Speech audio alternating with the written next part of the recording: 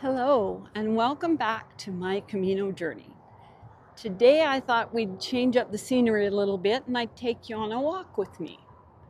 I hope the wind and the traffic won't be too disruptive to the audio, but we'll find out.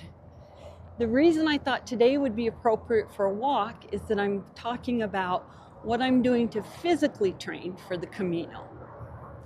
Now, just like everything else Camino related, everybody's training is going to look a little different too. For me, I'm a 64-year-old woman in reasonably good shape. I exercise regularly, so 3 times a week I do a high-intensity interval training, twice a week yoga, and then I go on several walks during the week.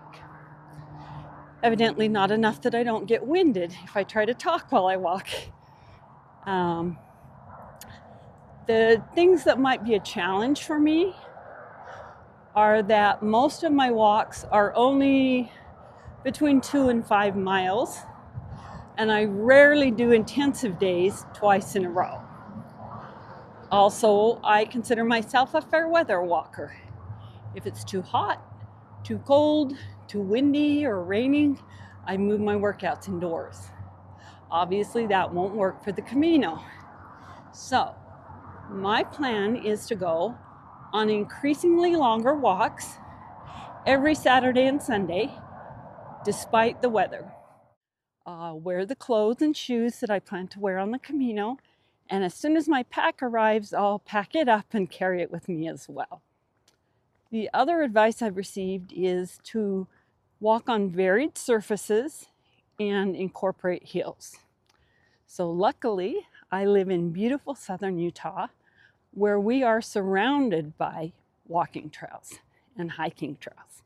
Some are paved, some are dirt, lots of sand, and even some lava rock.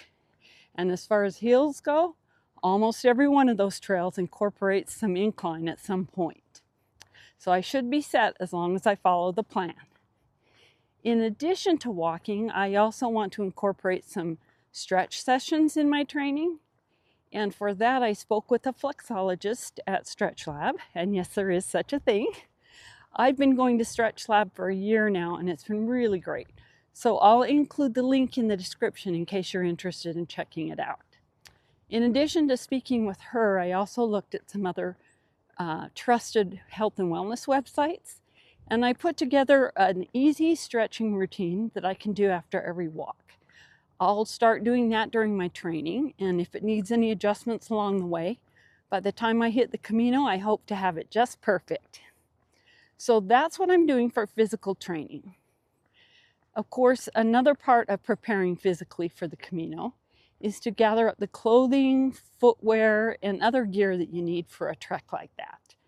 I feel like that all-important packing discussion deserves an episode of its own, so I'm going to save that for a future week. Which reminds me, if you haven't already, please subscribe or follow, and be sure to turn notifications on so you don't miss any. In the meantime, if you have any suggestions or questions about training, please put those in the comments. And until next week, enjoy your journey.